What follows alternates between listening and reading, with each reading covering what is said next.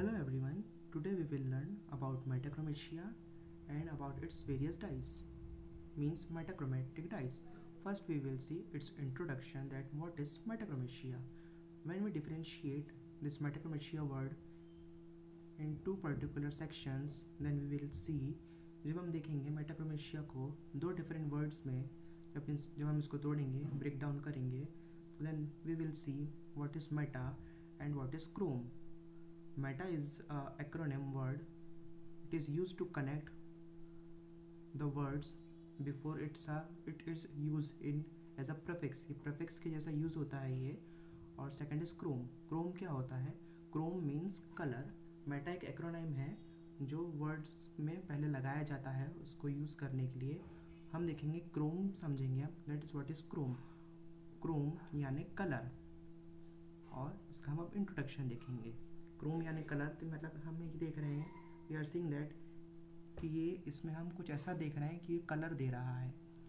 सबसे पहले हम इसका देखेंगे introduction. There are certain basic dyes belonging to aniline group that will differentiate particular tissue components by giving them a different colour to that of original die.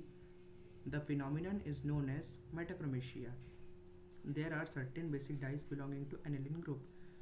Certain यानी कुछ ऐसी dies है जो एनिलीन ग्रुप से belong करती है, that will differentiate particular tissue component, जो कि डिफरेंशिएट करती है पर्टिकुलर टिश्यू कंपोनेंट्स को, मतलब टिश्यू के जो कंपोनेंट्स है उसको अलग अलग करके बताती है bye giving them a different colour. उसको डिफरेंट कलर देती है, हर टिश्यू को अलग अलग कलर देती है to that of original dye, उसके ओरिजिनल डाई के अलावा. ओरिजिनल डाई का कलर अलग होता है, पर मेटाक्रोमेशिया में जो डाई होती है उसका कलर अलग होता है, और जब वो उस टिश्यू को कलर देती है वो डिफरेंट कलर होता है. इस फिनोमिनन को बोला जाता है मेटाक्रोमेशिया.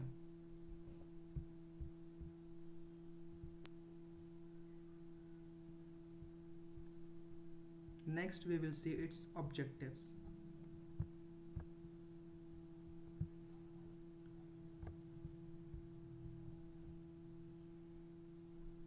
इसके ऑब्जेक्टिव्स देखेंगे हम जब हम आगे पढ़ते हैं कि हम हमारी इसमें क्या क्या चीज़ें क्लियर होंगी जब हम इसके ऑब्जेक्टिव्स पढ़ेंगे. After reading this lesson you will able to learn. इसका डेफिनेशन आप समझ पाओगे मेटाक्रोमेशिया का, जो कि हमने देख लिया है. Describe the process of metachromasia, इसका प्रोसेस समझ पाओगे मेटाक्रोमेशिया का. Know common metachromatic dyes, metachromatic जो कॉमन डाइज है वो समझ पाओगे. Describe the factors enhancing the metachromasia, ऐसे फैक्टर्स हम डिस्क्राइब कर पाएंगे, समझ पाएंगे जो इन्हेंस करते हैं मेटाक्रोमेशिया को, जो कि मतलब इसमें और इसमें वृद्धि लाते हैं इसमें मेटाक्रोमेशिया डाई के लिए. The tissue element reacting in this manner are said to be exhibiting metachromasia. The tissue element reacting in this manner are said to be exhibiting metachromasia. इसमें जो टिश्यू का जो एलिमेंट है वो एग्जिबिट करता है यानी शो करता है मेटाक्रोमेशिया को. एग्जिबिटिंग यानी और उसको प्रदर्शित करना. The generally expected explanation of this phenomenon is that in color is due to polymerization. Metachromasia polymerization पे वर्क करता है. पॉलीमराइजेशन क्या होता है? ऐसा केमिकल रिएक्शन जिसमें एक, दो या दो से ज़्यादा मॉलिक्यूल कंबाइन होते हैं और लार्ज मॉलिक्यूल बनाते हैं. पॉलीमराइजेशन का मतलब होता है, ये हाँ पॉलीमराइजेशन लिखा है.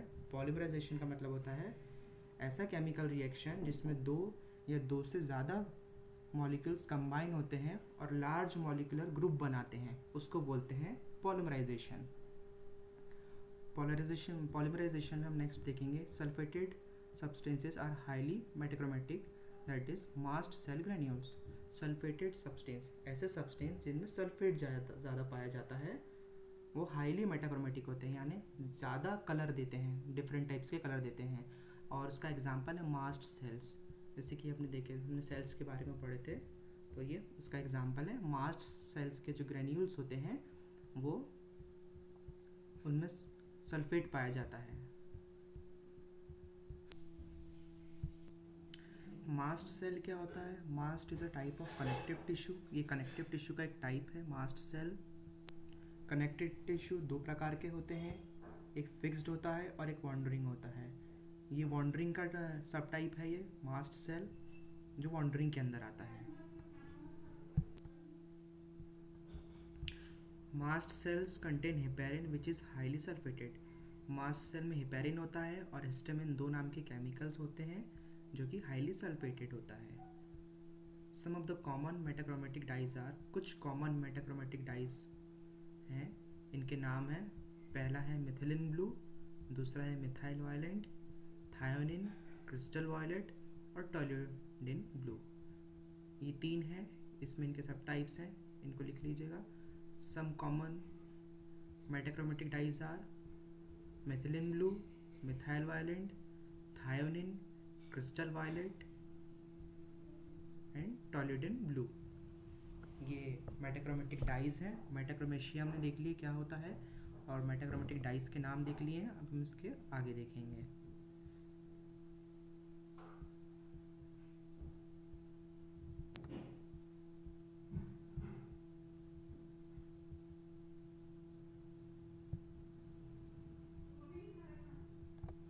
Metachromatia. Metachromatia takes place when certain negatively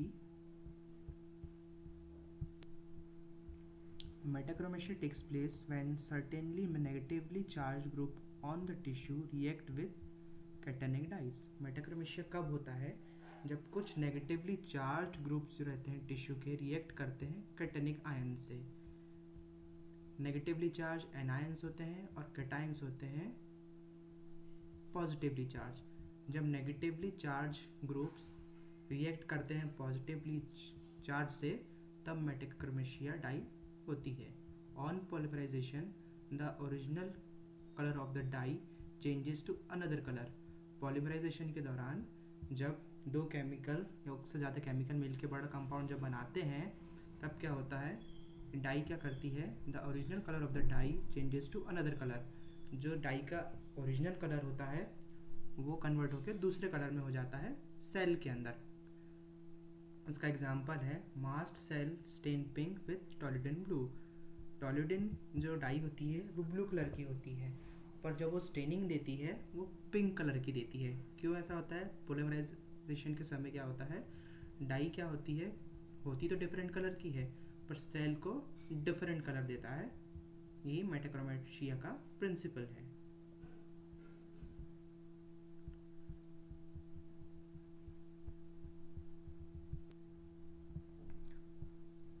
Thionin and toluidine blue dyes are commonly used for quick staining of frozen selections using their metachromatic property to stain nucleus and cytoplasm differently.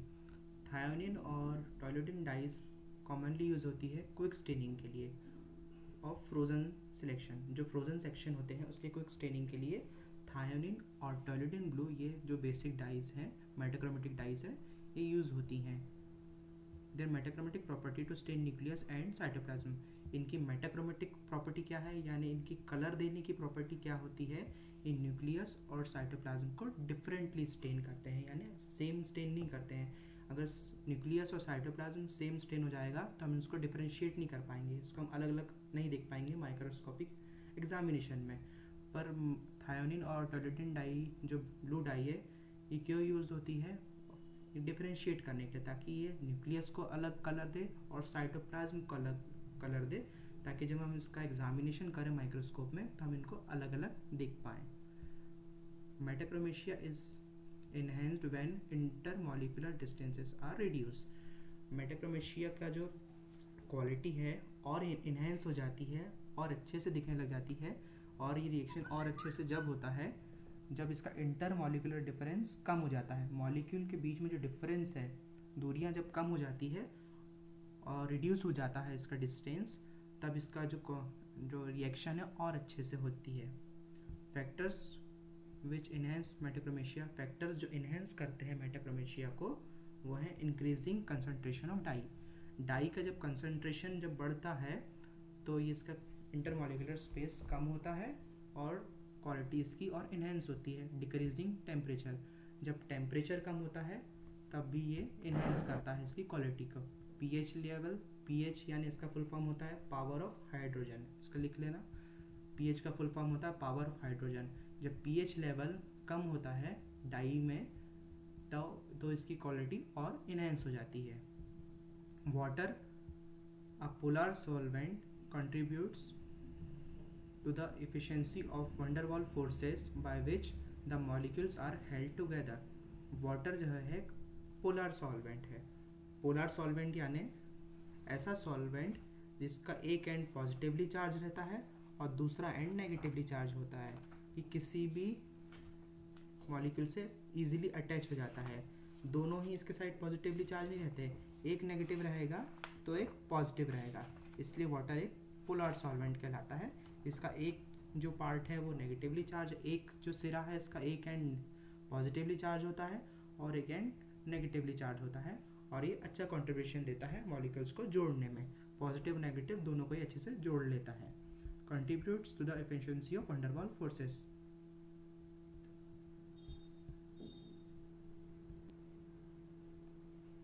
van der Waals forces क्या होते हैं? van der Waals forces क्या होता है? Attraction between molecules. Short time के लिए van der Waals force ऐसा attraction होता है दो मॉलिक्यूल के बीच में, यानी दो चुंबक के बीच में जो खिंचाव होता है ना, जैसा उस तरीके का ये एक बीच का अट्रैक्शन रहता है दो मॉलिक्यूल्स के बीच में, पर ये कुछ समय का रहता है, शॉर्ट टाइम का रहता है और वीक रहता है, ज़्यादा स्ट्रॉन्ग नहीं रहता है. उसको बोलते हैं van der Waals forces. Water a polar solvents contribute to the efficiency of van der Waals forces. Water क्या है? एक पोलर सॉल्वेंट होता है जो कि कंट्रीब्यूट करता है van der Waals फोर्सेस को और बढ़ाने में, by which the molecules are held together. जिससे क्या होता है? मॉलिक्यूल्स आपस में जुड़े हुए रहते हैं, एक साथ जुड़े हुए रहने के लिए वाटर एक पोलर सॉल्वेंट होता है जो van der Waals फोर्सेस को और बढ़ा देता है ताकि मॉलिक्यूल्स जो हैं एक साथ जुड़े रहें. ये हम देख रहे हैं मेटाक्रोमेशिया कैसे इन्हेंस होता है और उसके इन्हेंसिंग के लिए क्या क्या प्रॉपर्टीज़ हैं वो हम देख रहे हैं. कैसे इन्हेंस होता है? एक तो इसका कंसंट्रेशन अच्छा होना चाहिए डाई का, कॉन्सनट्रेटेड यानी गाढ़ा रहना चाहिए डाई, बहुत पतला नहीं रहना चाहिए. इसका टेम्परेचर कम रहना चाहिए, ज़्यादा हीट में ज़्यादा गर्मी में नहीं होना चाहिए. पीएच इसका कम रहना चाहिए और इसमें वाटर सॉल्वेंट मिला रहना चाहिए, यानी वाटर मिला रहना चाहिए. इसमें सिर्फ केमिकल नहीं होना चाहिए. वाटर क्या? क्योंकि वाटर एक पोलर सॉल्वेंट होता है जो कि नेगेटिवली पॉजिटिवली दोनों चार्ज रहता है. एक एंड इसका पॉजिटिव चार्ज रहता है, एक एंड नेगेटिव चार्ज रहता है, जिससे ये मॉलिक्यूल्स रहते हैं उनको जोड़ के रखता है. In tissues where there is a high concentration of anions. Tissue में जब हाई कंसनट्रेशन हो जाता है एनायंस का यानी नेगेटिवली चार्ज पार्टिकल्स का, टिश्यू के अंदर जब हाई कंसनट्रेशन हो जाता है यानी बहुत ज़्यादा इसका मात्रा बढ़ जाती है नेगेटिवली चार्ज पार्टिकल्स की, एग्जाम्पल इन सल्फेटेड म्यूकोपॉलीसेकेराइड्स. इसका एग्जाम्पल है sulphated mucopolysaccharides. The cationic dye molecules may be held in such close proximity to one another that van der Waals forces can exert their influence and cause the dye to polymerize. The cationic dyes molecules may be held in such close proximity. जो cationic dyes रहती हैं यानी जो negative जो positively cation यानी positively charge particles, जो positively charge particles रहते हैं डाइज में, वो इतने पास रहते हैं, क्लोज प्रॉक्सिमिटी यानी इतने पास सिमटे हुए रहते हैं एक दूसरे के साथ. तो इसमें क्या होता है? फिर जो van der Waals फोर्सेस रहता है, जो अट्रैक्शन डालता है बीच में van der Waals force molecules के बीच में एक्सर्ट करता है, ऐसा इन्फ्लुएंस करता है कि ये इसका पॉलीमराइजेशन कर देता है, यानी कैटायंस और एनायंस को ये मिला के इसका पॉलीमराइज करता है, यानी दोनों को जोड़ के ऐसा बड़ा लार्ज मॉलिक्यूल बनाता है. Consequently the colour changes from blue to red. ऐसा होता है इससे कि जो ब्लू रहता है, जैसे टोलिडिन और थायोनिन का कलर जो ब्लू होता है डाई का, वो रेड में कन्वर्ट हो जाता है. क्या होता है? ये ऐसा चेंजेस लाता है, पॉलीमराइज करता है बीच में सेल्स को, टिश्यूज़ को, कि इसका कलर ब्लू से रेड हो जाता है.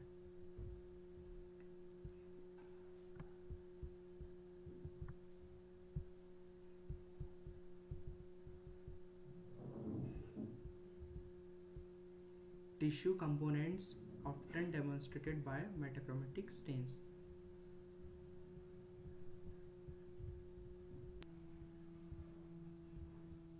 Amyloid material, mast cell granules और म्यूसिन कार्टिलेज, ये तीनों में इसका स्टेनिंग होता है. Amyloid stain various stains are use to demonstrate amyloid. Amyloid क्या होता है?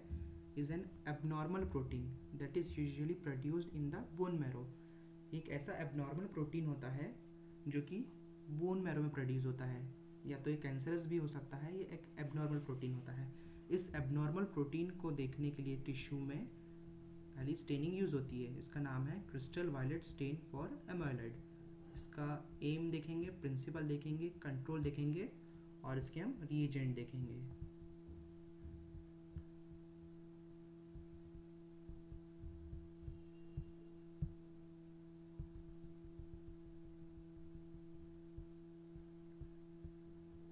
एम क्या है? ये प्रोसीजर है पूरी स्टेनिंग की। एम है to demonstrate amyloid in tissue section. Tissue section में डेमोन्स्ट्रेट करना है, मतलब देखना है एमाइलॉइड का स्ट्रक्चर। इसका प्रिंसिपल क्या? Amyloid a glycoprotein exhibits metachromasia in tissue sections when stained with crystal violet and other patterning dyes. ये इसका प्रिंसिपल है। जब एमाइलॉइड क्या होता है? एग्जिबिट करता है, दिखाता है, मेटाक्रोमेशिया कलर दिखाता है टिश्यू में, टिश्यू सेक्शन में। जब इसको स्टेन करते हैं, एमाइलॉइड जो ग्लाइकोप्रोटीन है एग्जिबिट करता है यानी दिखाता है मेटाक्रोमेशिया को, यानी कलर को किस में दिखाता है? टिश्यू सेक्शन में दिखाता है। जब इसको स्टेन करते हैं क्रिस्टल वायलेट से और अदर कैटायनिक डाइज से, यानी पॉजिटिवली चार्ज्ड जो पार्टिकल्स रहते हैं डाई के अंदर, उससे जब हमको ट्रीट करते हैं, इसका रिएक्शन करते हैं, तो एमाइलॉइड क्या करता है? दिखाता है, एग्जिबिट करता है मेटाक्रोमेटिक टिश्यू को, टिश्यू के अंदर कलर दिखाता है जब इसको स्टेन करते हैं क्रिस्टल वायलेट्स स्टेनिंग से। कंट्रोल यानी जब भी किसी चीज़ को हम टेस्ट करते हैं, टेस्ट करने के पहले इसको कंट्रोल लगाते हैं। और कंट्रोल लेबोरेटरी मेंटेनेंस का और क्वालिटी चेकअप का एक पार्ट होता है। जब भी कोई टेस्ट करते हैं, या मशीन या केमिकल या कोई भी चीज़ ख़राब रिजल्ट तो नहीं दे रही है, उसको देखने के लिए एक ऐसा स्पेसिफिक मटेरियल तैयार करके रखते हैं जो कि जब भी उसको हम देखें तो वही दिखाएगा। जैसे कि ऑसिटिव कंट्रोल, यानी इनने पहले ही एक एमाइलॉइड की स्लाइड बना के रखी होगी, या जैसे कि हम फॉर एग्जांपल हम कोई हम ब्लड ग्रुप चेक कर रहे हैं या हीमोग्लोबिन चेक कर रहे हैं, किसी मशीन के द्वारा चेक कर रहे हैं। और मशीन अगर हमको क्या पता कि वो कुछ समय के बाद डिफ़ॉल्ट हो जाए या माल फंक्शन कर जाए और गलत रिजल्ट देने लग जाए, पर हम तो मशीन के भरोसे रहते हैं कि नहीं यार मशीन में कर रहे हैं हम कोई अच्छी सी, तो हीमोग्लोबिन का और सारे सेल्स का रिजल्ट अच्छा ही दे रही होगी मशीन। पर नहीं, अगर हम उसका हर 50 to 100 टेस्ट के बाद एक कंट्रोल लगता है मशीन्स में चेक करने के लिए कि मशीन सही में सही रिजल्ट दे रही तो है कि नहीं, तो कंट्रोल एक स्पेसिफिक एक फिक्स्ड प्रपोर्शन का एक ऐसा सैंपल होता है जिसमें सेल और उसका हीमोग्लोबिन वही फिक्स रहता है, कभी चेंज नहीं होता है। तो वो कंट्रोल हम मशीन में लगाते हैं, तो मशीन उस सैंपल के द्वारा टेस्ट करती है फिर से कि उसके वैल्यूज़ क्या हैं, और वैल्यूज़ वही जब सेम आती है तो फिर हम देखते हैं कि नहीं यार ये कंट्रोल जो सैंपल है इसकी वैल्यूज़ इतनी है और इतना लगाने के बाद भी ये सेम बता रहा है मशीन, मतलब कंट्रोल की वैल्यू अगर सेम निकल के आती है तो मतलब हमारी मशीन अच्छा टेस्ट दे रही है। और अगर कंट्रोल का जो हमारे पास जो लिखा हुआ है, जैसे हीमोग्लोबिन इसका 12 है कंट्रोल का सैंपल में और मशीन इसमें बता रही है 15, मतलब हमारी मशीन में कोई गड़बड़ हो गई है, हमको ज़रूरत है मशीन में चेक कराने की। और अगर हीमोग्लोबिन मतलब कंट्रोल का 12 है सैंपल में और मशीन 12 ही बता रही है, मतलब हमारी मशीन अच्छे से वर्क कर रही है, ये मतलब होता है कंट्रोल लगाने का। अब हम देखेंगे इसके रिएजेंट्स कि क्रिस्टल वायलेट को हम प्रिपरेशन करने के लिए इसमें कौन कौन से रिएजेंट्स यूज़ होते हैं। क्रिस्टल वायलेट सॉल्यूशन में एक स्टॉक सॉल्यूशन होता है इसका, क्रिस्टल वायलेट होता है इसमें। क्रिस्टल वायलेट खुद में एक केमिकल कंपाउंड है जो कि 14 ग्राम्स यूज़ होता है। उसके साथ इसमें 95% अल्कोहल होता है, यानी 100 ml बनाने के लिए हम 95% कैसे बनाएंगे, हम लेंगे 5 ml हम लेंगे डिस्टिल्ड वाटर और 95 ml लेंगे हम अल्कोहल, 100% एब्सोल्यूट अल्कोहल, और इसको जब हम मिक्स करेंगे तो ये 95% अल्कोहल बन जाएगा। वर्किंग सॉल्यूशन, स्टॉक सॉल्यूशन इसमें 10 ml होता है।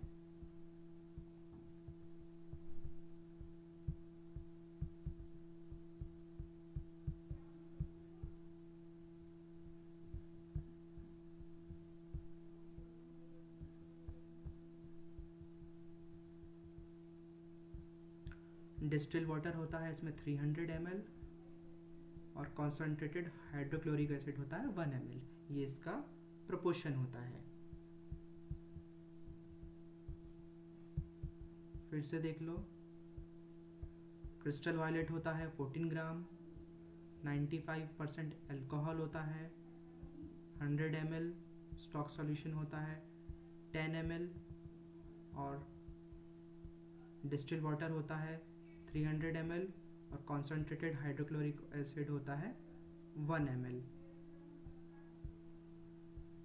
प्रोसीजर क्या है? Deparaffinize the and bring the section to water. पहले सेक्शन को डीपैराफिनाइज करना पड़ता है। जैसे कि आप लोगों ने पढ़ा होगा, सब सेक्शन को हम पैराफिन वैक्स में उसको एम्बेडिंग करते हैं, कटिंग के पहले, माइक्रोटोमी के पहले उसको डीपैराफिनाइज करते हैं ब्लॉक मेकिंग के समय। अब ये माइक्रोटोमी उसकी हो चुकी है, सेक्शन कट चुके हैं। सेक्शन कटने के बाद इसको हमने स्लाइड पे ले लिया है। स्लाइड पे लेने के बाद इसको डीपैराफिनाइज करेंगे। डीपैराफिनाइज कैसे करेंगे? एक हॉट प्लेट रहती है और उस पर हम इसको रखेंगे, स्लाइड को रखेंगे, और जितना भी वैक्स है, वैक्स जो है पिघल के मेल्ट होके उस पे से स्लाइड पे से हट जाएगा, और जो टिश्यू का सेक्शन है, जो कटा हुआ सेक्शन रहता है टिश्यू का, बस उसमें वही बच जाता है। इस तरीके से डीपैराफिनाइज हो जाता है, यानी इसका जो वैक्स है, जो पैराफिन वैक्स है, वो मेल्ट होके अलग हो जाता है, जो मोम है वो पिघल के अलग हो जाती है। और then bring the section to water. फिर इसको रनिंग टैप वाटर में हल्का सा उसको स्लाइटली वॉश करते हैं। वॉश यानी ऊपर से हाथ से या किसी चीज़ से नहीं धोते हैं इसको, बस वाटर को धीमे उस पर फ्लो होने देते हैं, धीमे धीमे उस पर फ्लो होने देते हैं, तो कि जो एक्स्ट्रा जो वैक्स है वो उस पर से हट जाता है। उसके बाद करते हैं put working crystal violet section solution for 1 to 2 minutes and then check under microscope. जो फिर क्रिस्टल वायलेट का जो हमने सोल्यूशन बनाए हैं सब मिला के, कंसनट्रेशन मिला के, उसके उस पर फिर हम इसको डालते हैं, डाई को डालते हैं, क्रिस्टल वायलेट डाई डालते हैं, पोर करते हैं, 1 से 2 मिनट के लिए इसको रखते हैं, उसको काई के लिए आगे बढ़ाते हैं, फिर इसको चेक करने के लिए अंडर माइक्रोस्कोप में देखने के लिए हम इसको क्रिस्टल वायलेट डाई करते हैं। फिर क्या करते हैं, क्रिस्टल वायलेट डाई हमने 1 से 2 मिनट के लिए रखा है इसको, क्रिस्टल वायलेट डाई को। उसके बाद रेजिन टैप वाटर, फिर इसको हम क्या करेंगे, टैप वाटर में वॉश करेंगे। फिर से टैप वाटर यानी नल के पानी में इसको रनिंग टैप वाटर में। टैप वाटर की स्पीड ज़्यादा नहीं होनी चाहिए, बहुत स्लाइडली धीमा धीमा टैप वाटर होना चाहिए, और बहुत ज़्यादा नीचे भी स्लाइड नहीं रखना है टैप वाटर से, क्योंकि उसके फोर्स से, पानी के फोर्स से जो टिश्यू है वो भी धुल के नहीं तो अलग हो जाएगा। हम उसको वैसा वॉश नहीं करना है उसका, क्योंकि यह हमारी स्टेनिंग ना धुल जाए, जो हमने करी है डाई से स्टेनिंग नहीं धुलना चाहिए, थोड़ा सा पास में ही रहना चाहिए टैप वाटर के बिल्कुल स्लाइड, और बहुत धीरे धीरे धीरे उसमें से पानी बहना चाहिए रनिंग टैप वाटर में से। माउंट इन वाटर और in water soluble media, water soluble media से इसको माउंट करते हैं। स्लाइड के ऊपर हम कवर स्लिप रखेंगे, कवर स्लिप रखने के बाद इसको आजू बाजू से इसको सील कर देते हैं पॉलिश से, नील पॉलिश या कवर या सॉल्युबल मीडिया से, जो भी DPX वगैरह जो मीडिया होता है, और इसको माउंट कर देते हैं। रिजल्ट क्या होता है इसका? रिजल्ट एमाइलॉइड पर्पल वायलेट और अदर टिश्यूज ब्लू। जो एमाइलॉइड होता है, जो कि एक एबनॉर्मल प्रोटीन है, मैंने पहले भी बताया था, वो पर्पल वायलेट कलर में कन्वर्ट हो जाता है, और अदर टिश्यूज ब्लू कलर में। क्या बताया था मैंने पहले? मेटाक्रोमेशिया क्या करता है, कलर देता है टिश्यूज़ को, और इसको मेटाक्रोमेशिया क्यों बोलते हैं? क्योंकि ये इसका डाई का कलर कुछ और होता है, पर ये जो टिश्यू रहता है उसको डिफरेंट कलर देता है। तो हमने क्या देखे थे, टोल्यूडिन डाई होती है, थायोनिन डाई होती है, क्रिस्टल वायलेट होता है, ये भी ब्लू कलर का होता है। इसने पर क्या दिया, पर्पल कलर का, पर्पल और वायलेट कलर का, एमाइलॉइड को क्या किया, पर्पल और वायलेट कलर का अपीयरेंस दिया, और अदर टिश्यूज़ को ब्लू कलर का। ऐसे ही डिफरेंशिएट करता है टिश्यूज़ में, ताकि हम इसको अलग अलग तरीके से पहचान पाएँ जब हम इसको स्लाइड में देखें। हमने क्रिस्टल वायलेट स्टेनिंग देख लिया, मेटाक्रोमेशिया समझ लिया, मेटाक्रोमेशिया क्या होता है। हमने क्रिस्टल वायलेट स्टेनिंग देख ली, ये मेटाक्रोमेटिक डाई है एक प्रकार की। अब हम देख रहे हैं सेकेंड पार्ट, मतलब मेटाक्रोमेटिक डाई एक तो क्रिस्टल वायलेट होती है और दूसरी कौन सी होती है, अब उसके बारे में देखेंगे। Congo red stain for amyloid. अब अमोलाइड के लिए हम कॉन्गो रेड स्टेन है, ये भी एक मेटाक्रोमेटिक डाई है। एक क्रिस्टल वायलेट होता है, वो एक मेटाक्रोमेटिक डाई होता है, और कॉन्गो रेड ये भी एक मेटाक्रोमेटिक डाई का एग्जाम्पल है, इसका नाम है। एम क्या है हमारा टेस्ट को हम क्यों कर रहे हैं? To demonstrate amyloid in tissues. Amyloid को टिश्यूज में ढूंढने के लिए हम कॉन्गो रेड स्टेनिंग कर रहे हैं। एम क्या है, क्यों कर रहे हैं? एम यानी हम किस लिए कर रहे हैं, क्यों कर रहे हैं? हम डेमोन्स्ट्रेट करने के लिए अमोलाइड को टिश्यू में, अमोलाइड को टिश्यू में देखने के लिए, पहचानने के लिए हम यानी स्टेनिंग कर रहे हैं। प्रिंसिपल क्या है इसका? Diazo dye attaches itself to amyloid fibrils. जो डियाजो डाई होती है अटैच हो जाती है खुद से अमोलाइड फिब्रिल्स से। The union is affected by H bond between the OH group of amyloid and amino side groups of the dye।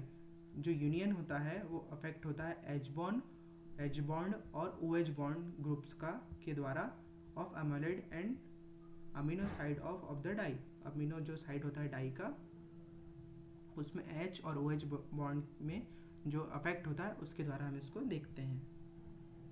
Congo red dye forms non polar hydrogen bonds. Polar बताया था, polar ऐसे bond होते हैं जिनमें एक side जो रहती है इसकी पॉजिटिवली चार्ज रहती है और एक साइड होती है नेगेटिवली चार्ज। नॉन पोलर में ऐसा रहता है दोनों ही साइड इसकी, अगर कोई मॉलिक्यूल है तो उसकी एक एंड भी, जो फर्स्ट एंड है वो भी नेगेटिव होगी और सेकेंड एंड है वो भी नेगेटिवली होगी अगर नेगेटिव मॉलिक्यूल है। और पॉजिटिव रहा तो पूरी तरीके से ही पॉजिटिव रहेगा और नेगेटिव रहा तो पूरी तरीके से ही नेगेटिव रहेगा। इसके दोनों एंड्स इसकी नॉन पोलर में। और पोलर में क्या होता है, एक पॉजिटिव रहता है एक एंड और एक एंड रहता है negative. The green birefringence of Congo red stained amyloid by polarized light is considered diagnostic of amyloid. ये इसका प्रिंसिपल है, इसको अच्छे से आप याद कर लीजिएगा। कंट्रोल नॉन पॉजिटिव टिश्यू, जो भी आपको पॉजिटिव टिश्यू पहले से पता है, आपके पास पहले से रखा है पॉजिटिव टिश्यू, तो आप इस कंट्रोल लगाने के लिए, जैसे मैंने आपको बताया, ऐसा एक सैंपल जो हमको पहले से पता हो कि ये सैंपल में इसकी इतनी वैल्यू है या ये टिश्यू ये वाला है। जैसे कि हमारे पास पहले से एमोलाइड का एक टिश्यू रखा हो पहचानने के लिए कि हमको पता है ये एमोलाइड हो, और जब हम ये स्टेनिंग करते हैं तो स्टेनिंग से इसको हम डिफ्रेंशिएट कर पाएँ, तो ये स्टेनिंग का एक कंट्रोल है। नॉन टिश्यू, जैसे कि हमको पहले से जो टिश्यू पता हो उसकी स्टेनिंग करके हम पता लगाएं कि ये स्टेनिंग बराबर कर रहा है कि नहीं। रिएजेंट्स क्या होते हैं इसके? Congo red solution, Congo red 1.0 ग्राम होता है, distil water 100 ml। Saturated solution of lithium carbonate 1.3 ग्राम का होता है और डिस्टिल वाटर होता है 100 ml का। इसका कंपोजिशन है ये, इसको नोट कर लीजिएगा। इसके बाद देखेंगे हम इसका procedure.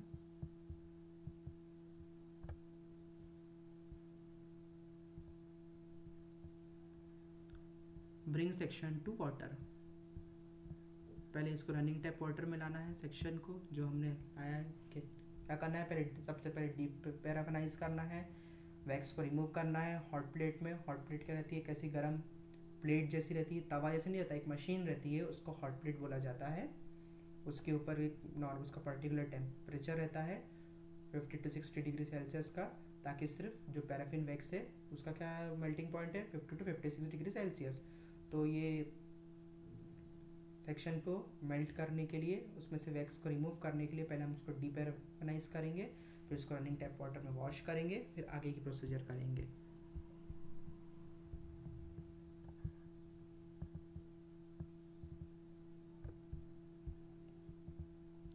Pour Congo red solution for 20 minutes. Pour यानी डालना, क्या डालना है हमको? कॉन्गो रेड सॉल्यूशन को 20 मिनट्स के लिए। स्लाइड में से हमने डीपैराफिनाइज कर दिए, वैक्स रिमूव कर दिए, टिश्यू बस बच गया है, बाकी हमने रनिंग टैप वाटर में बाकी का एक्स्ट्रा वैक्स उसको धो के निकाल दिया गया है। अब क्या डालना है? उसमें कॉन्गो रेड सॉल्यूशन को हमको डालना है, 20 मिनट के लिए डाल के उसको छोड़ देना है कॉन्गो रेड सॉल्यूशन को। पोर ऑफ द सॉल्यूशन यानी फिर उसको हटा दो, जो डाला है सेक्शन, जो सॉल्यूशन डाला है उसको हटा दो, and cover the slide with lithium carbonate for 1.5 minutes यानी 1.5 मिनट के लिए। हमको फिर इसके बाद हमने क्या डाला? सबसे पहले डाला कॉन्गो रेड, डाला 20 मिनट के लिए, उसको फिर हटा देना है उसमें से, धोना नहीं है, इसमें वॉश नहीं लिखा है, इसमें वॉश हमको बाद में करना है। उसको वैसे ही उसमें से हटा दो, उसको रिंस कर दो, हटा दो। उसके बाद क्या डालना है, lithium carbonate for 1.5 minutes to differentiate. 1.5 minute के लिए लिथियम कार्बोनेट डालना है ताकि इसमें डिफ्रेंशिएशन हो जाए। 1.5 मिनट के बाद इसको हमको क्या करना है, वॉश विथ वाटर। फिर इसको वाटर के साथ वॉश करना है, यानी डिप करके निकाल लेना है वाटर में से, या ऊपर से टैप वाटर से भी हम इसको हल्के से पानी से, इस बहते हुए पानी में से इसमें से निकाल सकते हैं इसको। Counter stain with haematoxylin for 5 minutes. फिर दो स्टेनिंग मॉर्डेंट होती है, प्राइमरी स्टेन होती है, मॉर्डेंट स्टेन होती है और काउंटर स्टेन होती है। जिस स्टेनिंग में एक से ज़्यादा केमिकल होते हैं उसमें ये स्टेजेस आती है। प्राइमरी स्टेन यानी जो हमने सबसे पहले जो स्टेनिंग में सॉल्यूशन डाला, यानी कॉन्गो रेड क्या होता है, प्राइमरी स्टेन होता है, यानी सबसे पहले जो हम स्टेन को डालते हैं उसको प्राइमरी स्टेन बोलते हैं। कॉन्गो रेड प्राइमरी स्टेन है इसमें। फिर लिथियम कार्बोनेट इसमें मॉर्डेंट यानी मिडिल में डालने वाली स्टेन है, जो इसका काम जो रहता है बीच में रहता है। इसका जो पार्ट रहता है पहले नहीं डालते हैं लिथियम कार्बोनेट, बाद में डालते हैं बीच वाले सेक्शन में। तो ये कॉन्गो है प्राइमरी, लिथियम कार्बोनेट है मॉर्डेंट, और काउंटर स्टेन यानी लास्ट की जो स्टेन रहती है जिसके द्वारा ये पूरी तरीके से इन्हेंस हो जाती है स्टेनिंग, वो रहती है हिमेटॉक्सिलिन को डालते हैं हम 5 मिनट के लिए। फिर क्या होता है, डिफ्रेंशिएट विथ 1% एसिड एल्कोहल। फिर एसिड एल्कोहल से इसको हम वॉश नहीं करेंगे डिफ्रेंशिएट करने के लिए, क्योंकि जो एक्स्ट्रा जो केमिकल है जो लगा हुआ है स्लाइड में और साइटोप्लाज्म में और सेल्स में, वो एक्स्ट्रा केमिकल जो है वो धुल जाए, निकल जाए। एसिड एल्कोहल से हम इसको उसमें डालते हैं। एसिड एल्कोहल कुछ समय के लिए 2-3 सेकंड के लिए एसिड एल्कोहल डाला, उसके बाद इसको जल्दी से हम रनिंग टैप वाटर में वॉश करते हैं। ज़्यादा देर के लिए एल्कोहल डालोगे तो ये पूरा स्टेनिंग को हटा देगा। फिर dehydrate clear in xylene and mount in DPX। अब वाटर से डाला तो वाटर क्या करेगा, टिश्यू को हाइड्रेट करेगा। टिश्यू में वाटर ऐड होने से वो हाइड्रेट हो जाएगा, उसमें वाटर ऐड हो जाएगा। हम उसको डिहाइड्रेट करना है, यानी हमने रनिंग टैप वाटर में जब वॉश किए थे टिश्यू को तो हाइड्रेट हो गया था। डिहाइड्रेट कैसे करते हैं, यानी वाटर का रिमूव कैसे करेंगे अब टिश्यू में, तो क्या करेंगे, ज़ाइलिन डालेंगे। ज़ाइलिन ऐसा केमिकल होता है जो डिहाइड्रेट करता है, यानी टिश्यू में से वाटर का रिमूवल कर देता है, यानी वाटर को टिश्यू में से निकाल देता है xylene. And mount with DPX, और फिर इसको हम DPX के द्वारा माउंट। DPX का फुल फॉर्म है डाईब्यूटाइल फैलेथलेट पॉलीस्टाइरिन ज़ाइलिन। इसका फुल फॉर्म क्या है DPX का, डाईब्यूटाइल फैलेथलेट पॉलीस्टाइरिन ज़ाइलिन। ये DPX का फुल फॉर्म है। ये जैसे कि आपके पास फेविकॉल होता है उस प्रकार की ये भी एक ग्लू जैसा रहता है, जो कि माउंटिंग के लिए यूज़ होता है। जब हमने स्लाइड को स्टेन कर लिया है तो स्लाइड में जो स्टेनिंग है और टिश्यू का जो सैंपल है उसमें स्टेनिंग के लिए वो किसी तरीके से रिमूव ना हो जाए, कहीं स्क्रैच ना हो जाए उसमें और डैमेज ना हो, इसलिए हम पहले कवर स्लिप रखते हैं। कवर स्लिप को रखने के बाद इसको DPX से एक बाउंड्री जैसा बनाते हैं, आजू बाजू एक ऐसी लाइनिंग बनाते हैं ताकि, और इसको सील कर देते हैं कवर स्लिप को DPX के द्वारा। इस प्रोसीजर को बोलते हैं माउंटिंग। अब इसका देखेंगे रिजल्ट। क्या करें, हमने टिश्यू का सैंपल लिए थे, अमाइलॉइड का हम देख रहे थे, स्टेनिंग कर रहे थे अमाइलॉइड की। पहले हमने डीपेनाइज किया, हमने पैराफिन का रिमूवल किया, हॉट प्लेट पे रख के इसको रनिंग टैप वाटर में इसको वॉश किया। वॉश करने के बाद हमने उसमें कॉन्गो रेड डाला 20 मिनट के लिए। कॉन्गो रेड को फिर हमने हटा दिया ऐसे ही बिना वॉश करे। उसके बाद हमने लिथियम कार्बोनेट डाला 1.5 मिनट के लिए डिफ्रेंशिएट करने के लिए। इसके बाद हम वॉश करेंगे, लिथियम कार्बोनेट डालने के बाद उसको थोड़ा रनिंग टैप वाटर में उसको वॉश किया। फिर हमने इसको काउंटर स्टेन किया हिमेटॉक्सिलिन से 5 मिनट के लिए। फिर डिफ्रेंशिएट करने के लिए अल्कोहल डाला, एसिड अल्कोहल 1% एसिड अल्कोहल डाला हमने इसमें इसको वॉश करने के लिए।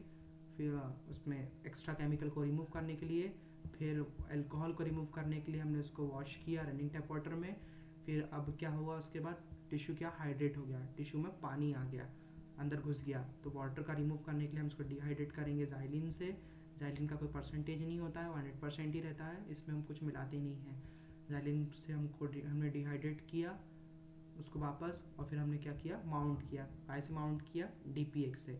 DPX का फुल फॉर्म क्या है, डाईब्यूटाइल फैलेथलेट पॉलीस्टायरीन ज़ाइलिन, ये इसका फुल फॉर्म है। अब हम क्या करेंगे, हमारी पूरी प्रोसीजर हो गई। अब हमारा जो आखिरी प्रोसेस रहता है वो रहता है माइक्रोस्कोपी का। माइक्रोस्कोपी करेंगे हम। माइक्रोस्कोपी में क्या दिखता है, एमोलेड कैसे दिखता है, bright red which gives apple green birefringence in polarized light. Bright red colour का एमोलेड ब्राइट रेड कलर का हो जाता है, which gives green birefringence in polarized light. Nuclei क्या होता है, इसका ब्लू कलर का होता है और अदर स्ट्रक्चर्स के अनस्टेन टू येलो, ये येलो रहते हैं। बाकी क्या रहता है, एमोलेड रेड कलर का रहता है और पोलराइज्ड लाइट में ये ग्रीन कलर का दिखता है और बाकी के जो ये अनस्टेन रहते हैं येलो कलर के। ये इसका रिजल्ट है।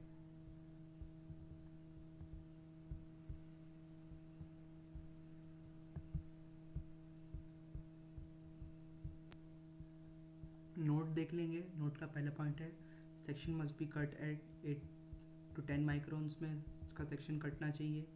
इसका साइज़ माइक्रोन्स में रहना चाहिए। जब हम माइक्रोटोमी करते हैं ना तो मशीन में उसको सेट कर देते हैं 8 to 10 माइक्रोन्स का इसका सेक्शन कट रहना चाहिए, तब पतला रहना चाहिए। एक चिप के जैसा आपकी सिम रहती है ना मोबाइल में, सिम रहती है उस तरीके से, उतना मोटा नहीं रहता है तो बहुत ही पतला रहता है। रिबन और कागज़ से भी पतला, बहुत ही पतला रहता है, कटता है ये माइक्रोन्स। तो उस तरीके जैसे सिम का साइज़ रहता है ना आपका, उतना ऐसा चौकोन साइज़ का हमको, चौकोन या जो भी साइज़ का जो टिश्यू है जिस भी शेप का, उस तरीके से हमको स्लाइड पे ये मिलता है। Solution must be filtered through glass wool not paper filters for preferences to occur. Solution को हमको फिल्टर करना है ग्लास वूल से, फिल्टर पेपर से इसको नहीं करना है इसको filter. Tissues fixed in solution other than formalin में डिस्प्ले फॉल्स पॉजिटिव डिफरेंजेंस। जो टिश्यू जो फिक्स करते हैं सोल्यूशन में अदर देन फॉर्मेलिन में भी डिस्प्ले फॉल्स पॉजिटिव डिफरेंजेंस, मतलब फॉर्मेलिन के अलावा अगर किसी टिश्यू को किसी अदर केमिकल से फिक्स करेंगे तो अलग टाइप के इसके रिजल्ट देगा, सही रिजल्ट नहीं देगा। तो हमको टिश्यू को फॉर्मेलिन में ही फिक्स करना है। ये इसका नोट है।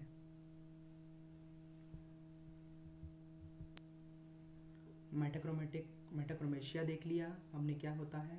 मेटाक्रोमेटिक स्टेनिंग समझ ली हमने क्या होता है। मेटाक्रोमेशिया क्या होता है, ऐसी जो सर्टेन डाई रहती है जो एनिलीन ग्रुप से अटैच रहती है, जो कि पर्टिकुलर जो टिश्यू रहता है उसको अलग अलग तरीके से देखने के लिए उसको कलर देती है।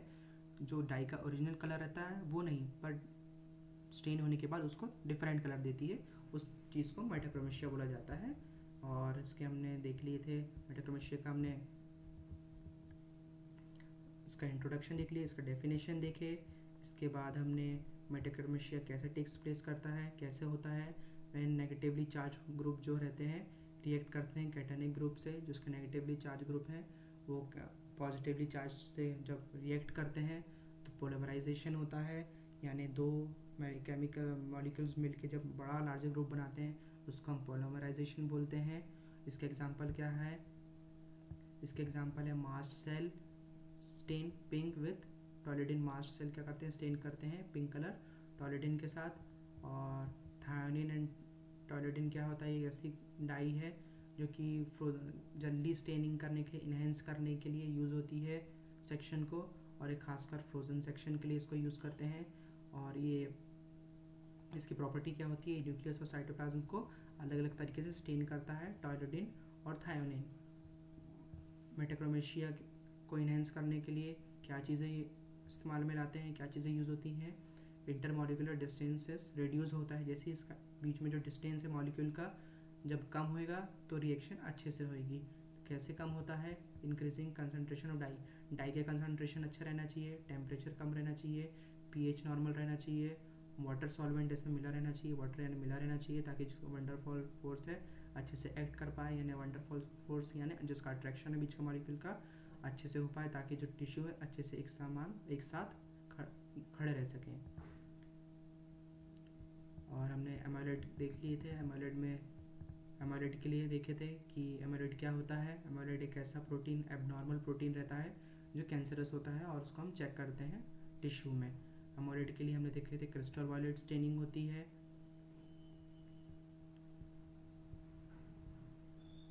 जो कि रिजल्ट देती है पर्पल वायलेट कलर में एमोलेड होता है, और अदर टिश्यूज ब्लू कलर में होता है। एक कॉन्गो रेड होता है, कॉन्गो रेड में हमने देखे थे कि आगे दिखा रहा हूँ मैं, कॉन्गो रेड में 3 प्रकार के केमिकल यूज होते हैं। कॉन्गो रेड तो होता ही होता है, लिथियम कार्बोनेट भी होता है इसमें, और काउंटर स्टेन हम इसको में करते हैं हीमेटॉक्सिलिन से इसमें काउंटर स्टेन करते हैं। और ये क्या रिजल्ट देता है, एमोलेड देता है ब्राइट रेड कलर, और पोलराइज लाइट में ये थोड़ा ग्रीन कलर का अपीयरेंस देता है। न्यूक्लिया इसका ब्लू कलर का होता है, और अदर सब्सटेंस होते हैं इसके येलो रहते हैं, जो अनस्टेन्ड रहते हैं, जो स्टेन्ड नहीं रहते हैं। ये था हमारा टॉपिक आज का, मेटाक्रोमेशिया एंड मेटाक्रोमेटिक डाइस।